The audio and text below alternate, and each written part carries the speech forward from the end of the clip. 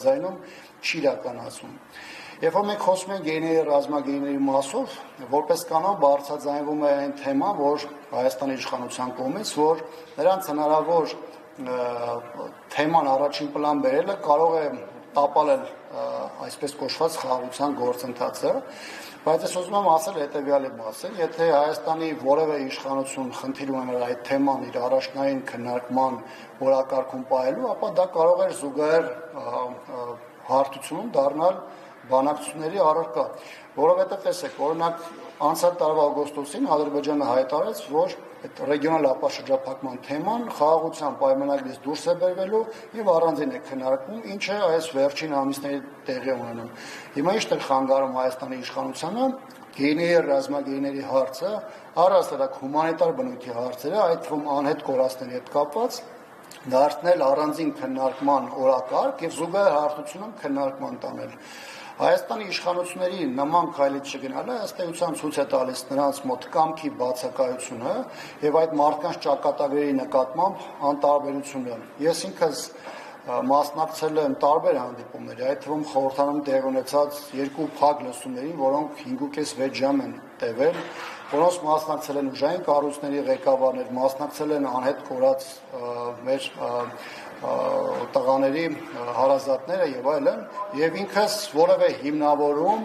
չեմ տեսել պետական կառույցների կողմից, ովքեր տարբեր ձևերով կամ տարբեր թեմերով զբաղվում են այս գործով։ Այս մարդիկ 4-5 տարի տառապում են եւ տառապում են հատկապես այն պատճառով, որ իշխանությունը ինքը վերաբերմունք չի ցուցաբերում, պատշաճ վերաբերմունք չի դրսևորում եւ աշխատանքները կամ ձգձգվում են, կամ տարբեր դեպքերում նույնիսկ թեման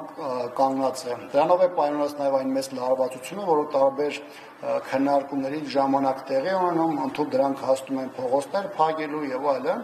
եւ բնականաբար այս մարդկանց չեն կարող չհասկանալ, որովհետեւ դրված է մարդկանց հարց, ովքեր մեր հայրենիքի պաշտպանության համար տարբեր հիմունքներով, սպայի կարգավիճակով, պայմանագրայինի, կամավորականի, պահեստազորայինի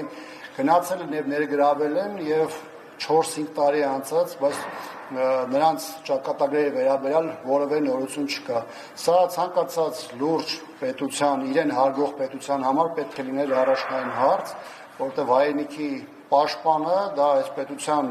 թիվ 1 մարդն է եւ բնականաբար նրա հետ կապված ցանկացած հարց, սոցիալականից մինչեւ պատերազմական հնարավոր գործողություններ պետք է լինեն նորմալ պետությունների ուշադրության կենտրոնում։ Խնդրում եմ երկրորդ հարցն ձեր հիշեցրեք, որովհետեւ այդ համատեսում ունենք հասկանալ, թե սահմանատերն ունեցող այս սահմաններով եւ դատավարության կոնկրետ այս փուլերով ինչ խնդիրներ Առաջին, Ադրբեջանը փորձում է Հայաստանի իշխանությունների հիշեցնել, որ ինքը կարող է վերադառնալ սահմանային ակտիվության ժամանակագրությանը, որովհետև տարբեր փուլերում Ադրբեջանը սահմանային լարվածությունը փորձում էր օգտագործել որպես դիվանագիտական ճակատում, որպես ճնշում գործադրելու միջոց։ Իհարկե մինչև 2018 թվականը ադրբեջանական սադրանքներին, տարբեր բնույթի գործողություններին հայկական կողմը տվել է այնպիսի պատասխան, որոնք ոչ միայն ջախջախիչ են եղել նրանց տարբեր միավորների համար, այլ դրանք հնարավորություն չեն տվել դիվանագիտական հարթությունում կամ բանակցությունների սեղանի շուրջ ուժեղ դիրքավորում ապահովել Ադրբեջանի համար։ Ավելին հայկական կողմի գործողությունները, որոնք արտահայտվել են եւ դիվանագիտական մակարդակում եւ ռազմի դաշտում, մեզ հնարավորություն են տվել ոչ միայն ընդգծելու մեր կառուցողական կողմ լինելը եւ մեր առաջնահերթությունը հասնելու այս կոնֆլիկտի խաղաղ հանգուցալուծմանը, այլ տարիներ շարունակ մեզ հնարավորություն են տվել բանակցային գործընթացում յուրաքանչյուր հերթական փաստաթղթի դեպքում անընդհատ բարելավել մեր հնարավորությունները։ Օրինակ, մեկ օրինակ բերեմ, երբ որ քննարկում է օրինակ 2007 թվականի Մադրիդյան փաստաթուղթը, մենք Մադրիդյան փաստաթղթից 2007-ից մինչև 2011 թվականի Կազանյան հանդիպում, այսինքն 4 տարվա ընթացքում 30-31 շտկում ենք արել նպաստ Հայաստանի Հանրապետության, այսինքն յուրաքանչյուր փուլ իր հետ բերել է բարելավումներ եւ դրա հիմքում եղել է ոչ թե կոնկրետ այդ օրվա հանդիպումը կամ այդ օրվա բանակցությունները, այլ ինչպես ասում են, եւ գետին եղած իրողությունները եւ ռազմի դաշտում եւ դիվանագիտական մակարդակում արվող աշխատանքը։ Իհարկե, շատ ցավալի է այդ համատեքստում արձանագրել այն իրավիճակը, որը վերել է հասել է մեզ այս իշխանությունը, այս ողբերգությունների շղթան 20 թվականի պատերազմով, 21, 22, 23 թվականներին Հայաստանի Հանրապետության տարածքների օկուպացիայի փաստով 23 թվականին Ադրբեջանի կողմից Արցախի ամբողջական վերահսկողությանն ու հայաստանյան իշխանությունների համաձայնությանը եւ այլն, բայց մենք ամեն դեպքում չենք կարող համեմատության մեջ ներկայացնել այն իրավիճակը, որը ունեցել ենք մինչև 18-ը եւ 18-ից հետո։ Ադրբեջանը առաջնագծում հրադադարի ռեժիմի խախտումներով նաեւ փորձում է հաբեկել հայ ժողովրդին, սահմանամերձ բնակավայրի բնակչության միջոցով նաև այն բոլոր մարդկանց, ովքեր ապրում են հանրապետության տարբեր հատվածներով, դա իր անուղղակի ազդեցությունը այնուամենայնիվ թողնում է։ Հատկապես այն պարագայում, երբ որ Հայաստանում ապրող մարդը գիտակցում է, թե ովքեր են ղեկավարում երկիրը եւ տարբեր այսպիսի իրավիճակներում ինչպիսի պաշտպանություն են իրականացրել իրենց բնակիչների կամ իրենց քաղաքացիների համար։ Բնականաբար այս ամենը նաև հաշվի առնելով Ադրբեջանը փորձում է իր ագրեսիան տարբեր փուլերով արտահայտել, իսկ Հայաստանի իշխանությունը իր լռությամբ, անտարբերությամբ, հանցավոր անտարբերությամբ նաև Ադրբեջանի համար հնարավորություն է ստեղծում առավել ագրեսիվ գործելու եւ նոր պահանջատիրությամբ հանդես գալու համար։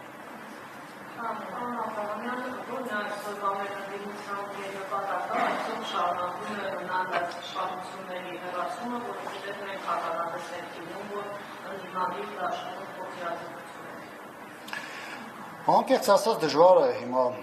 հավաքական ձևով ներկայացնել, թե ինչ է ուզում ընդդիմությունը եւ որևէ փուլում էլ տրամաբանական չէր լինի, եթե ներկայացնեինք, թե ընդհանուր առմամբ ընդդիմությունը ինչ է ուզում։ Սկսենք այն հանգամանքից, որ դաշտում կան տարբեր օբյեկտներ, որոնք իրենց ներկայացնում են ընդդիմություն, բայց դա միայն հրապարակային հայտարարությամբ է, որովհետև իրենց գործողությունները, քայլերը, իրենց դիրքավորումը լրիվ հակառակի մասին է խոսում, այն մասին, որ իրենք իրենց ջանքերը ուղղում են ոչ թե իշխանության հեռացման կամ իշխանության դեմ պայքարի, այլ վարկաբեկելու կամ հարվածելու բոլոր այն ուժերին, որոնք փորձում են հասնել մեր երկրում իշխանափոխության։ Երկրորդ, ընդդիմություն ասվածը ներկայացված է եւ խորհրդանում, եւ խորհրդանից դուրս։ Հանրապետականի նպատակը եղել է մնում է այս իշխանության փոփոխությունը, ընդ որում դրա հիմքում մենք ունենում ենք ոչ միայն հերթական կամ արտահերթ ընտրական process-ները, այլ առաջին հերթին ոչ ընտրական միջոցներով, այսինքն փողոցային պայքարի միջոցով հասնելու այդ խնդրի լուծմանը։ Ո՞րն է դրա պատճառը։ Դրա պատճառը այն է, որ մենք կարծում ենք, որ այս իշխանության պետության ղեկին լինելու պարագայում վարչական ռեսուրսները, տնտեսական կամ ֆինանսական այն միջոցները, որոնք պետք է ծառայեն հանրային բարիքի ստեղծման կամ երկրի պաշտպանության համար, դրանք կողմում են իշխանության հնարավորությունը մեծացմանը կամ իշխանության վերարտադրմանը, եւ բնականաբար այս պարագայում մեր համար առաջնային քայլը ունենալ ընտրական process-ներ այն ժամանակ, երբ որ սրանք չեն վերահսկի այդ գործընթացը եւ սրանք չեն ունենալություն պետական ռեսուրսների օգտագործման մասով։ Սա իհարկե ես չեմ ուզում ասել այն համատեքստից, որ մենք բոլոր առումներով ընտրությունների հետ կապված դեմ ենք արտահայտվում կամ օրինակ որոշում ունենք 26 թվականի ընտրությունների մասնակցել չմասնակցելու ուղղությամբ, հատկապես որ նկատելի է, որ քաղաքական դաշտում որոշ ուժեր արհեստականորեն այս թեման օգտագործում են հանրապետականին թիրախավորելու համար, նաև որոշակի հնարավորություն ստեղծելու հետագայում այս թեման օգտագործելու համար։ Ես ուզում եմ շատ հստակ ասել, որ ընտրական process-ներին հնարավոր մասնակցության հետ կապված հանրապետականը որևէ քննարկում չի իրականացրել եւ բնականաբար 26 թվականի հետ կապված մենք դեռևս վաղ ենք համարում որևէ տիպի քննարկումները առավել եւս դիրքորոշումների արտահայտումը։ Ավելի մենք համարում ենք, որ ժամանակի շուտ ընտրությունների մասին կամ դրա մասնակցության մասին հայտարարելը կարող է խնդիրներ առաջացնել գիտակցության կամ ենթագիտակցաբար առումով մեր հասարակության համար, որովհետև դա կարող է նրանց որոշակիորեն տրամադրել բացառապես 26-ի իրադարձությունների համար, իսկ քանի որ մենք տեսնում ենք դեռևս հնարավորություն փողոցով նաև ճնշում գործադրելու եւ խնդիրը մինչև 26 թվական լուծելու տեսանկյունից բնականաբար այս համատեքստում ընտրական գործողությունները հանրապետականը կամ հանրապետականի գործադիր մարմինը իր օրակարգում չունի եւ մինչև այս պահը չի քննարկել։ Երբ որ ես ասում եմ փողոցային պայքարի հնարավորության կամ այն հնարավոր պատուհանի մասին, որը մեզ գործելու հնարավորություն է տալիս, ես չեմ ասում սա այն տեսանկյունից, որ մենք տեսնում ենք, որ մեկ ամսվա ընթացքում կարող ենք հստակ այս խնդիրը լուծել կամ տալ բոլոր հարցերի պատասխանը։ Ես այստեղ հստակ ասում եմ, որ մենք տեսնում ենք այդ հնարավորությունը եւ փորձում ենք դրա շուրջ որոշակի կոնսոլիդացիա ապահովել այն հույսով եւ այն ջանքերով, որ դա կարող է մինչեւ 26 թվականի ընտրությունները ունենալ իր արդյունքը, կամ եթե նույնիսկ մենք հասնենք 26 թվականի ընտրությունների, դա հնարավորություն ապահովի քաղաքական ուժերի համար, մեր հասարակության համար կարողանալու ճիշտ պահին, ճիշտ գնահատական եւ ճիշտ որոշում կայացնել։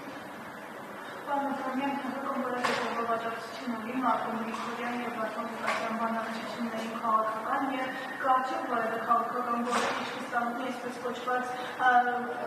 միջնորդի դերը, որպեսզի նրանց քաղաքական կոնֆլիկտի վերջացվի։ Իմ կողմից հարգված Մարտուն Գրիգորյանը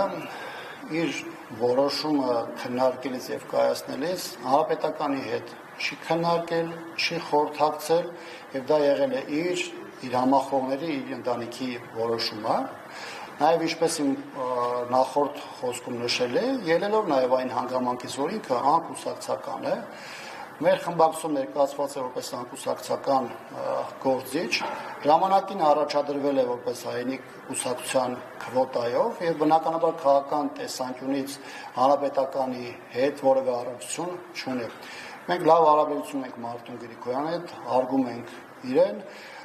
բայց պետք է անկեղծ լինել եւ ասել, որ ինչպես առաջին փուլում իր մտադրության որոշումների փուլում, ինչպես հանրապետական չունեցել ներգործում, այնպես էլ չունի, թե այս փուլում Մարտուն Գրիգորյանը ինչ որոշում կայացնի։ Մարտուն Գրիգորյանը կարծում եմ ունի այն հասունությունը եւ քաղաքական եւ առհասարակ, որը իրան հնարավորություն տալիս է ճիշտ վերլուծելու իրավիճակը եւ պատեհ պահին իր որոշումը կայացնելու եւ հանրությանը ներկայացնելու։ Ես մեկ անգամ դրա մասին խոսեցի, բայց այս համատեքստում եւս մեկ անգամ ուզում եմ ասել, որ հանրության շրջանում կան երկու հիմնական շրջանակներ, որոնց մի մասը շատ հստակ գիտակցում է, որ հանրապետականը չունի դերակատարություն կամ ազդեցություն Մարտուն Գրիգորյանի որոշումների վրա, սակայն այս թեման ամեն գնով շահարկում է ներընդդիմադիր ճամբարում եւ փորձում է անթույլատրորեն թիրախավորել հանրապետականին։ Եվ հանրության մեջ իհարկե կա շրջանակ, որը քաղաքական գործընթացներում մեծ ներկայացվածություն չունի կամ ներգրավվածություն, իհարկե հետևում է առանձին կարևոր process-ների եւ սրանով պայմանած կարող է միգուցե լավ չպատկերացնել, թե ինչպես կարող է պատգամավոր լինել ՀԿ ֆրակցիայում, բայց որովհետեւ նաեւ հանրապետական է ներկայացված եւ չունենա ՀԿ-ի ազատությունը։ Մեր ֆրակցիան 6 պատգամավորից է բաղկացած, 4-ից ներկայացնում ենք հանրապետականը, 2-ը անկուսակցական պատգամավորներ են, որոնք ներկայացված են եղել մեր դաշինքում հայրենիք կուսակցության քվոտայով։ Ես չեմ ուզում որևէ ձևով այստեղ պատասխանատվությունը անընդհատ ցույց տալ դեպի հայրենիք կուսակցությունը կամ Արտուր Վանեցյանը, այստեղ խնդիրը պատասխանատվության հարցը չի, որտեղ պետք է հանրապետականը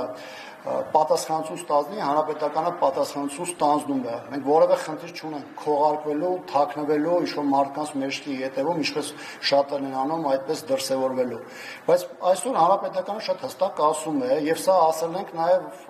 այդ ընտրությունների այն փուլում, երբ որ դեռևս նույնիսկ առաջադրումներ չէ սկսել, որ մենք այնտեղ չունենք կոնկրետ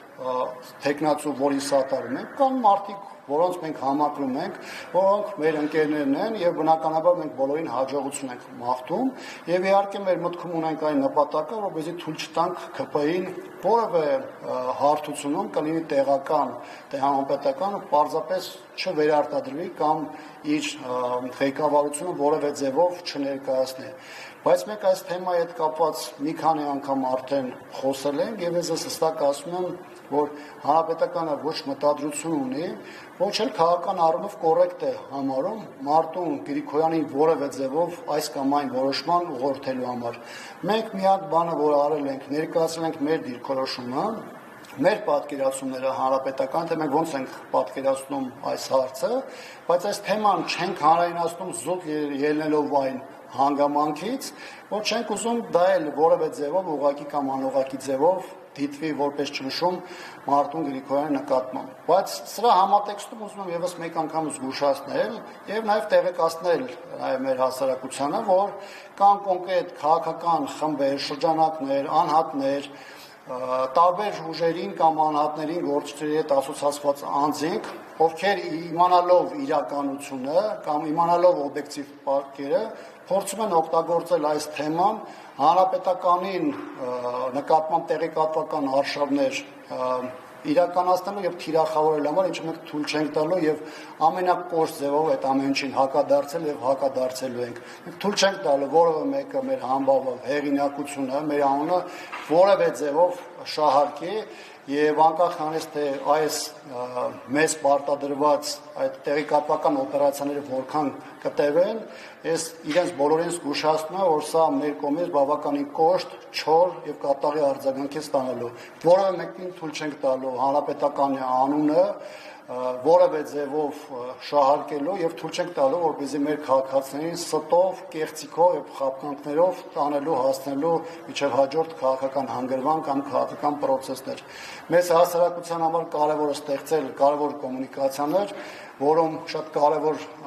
դիրք ազդեցում են նաև մեր լրատվամիջոցները, որպեսզի հասարակությունը ստանա օբյեկտիվ եւ իրական պատկեր եւ ցանկացած իրավիճակում կլինի ընտրական, կլինի փողոցային պայքարի որևէ ժամանակահատված, կարողանա այդ իրողությունների համատեքստում ճիշտ որոշումներ արտահայտել կամ հրապարակային ճիշտ դիրքորոշումներ իրական արտահայտել։ Եթե այլ հարցեր չկան, բոլորին շնորհակալություն։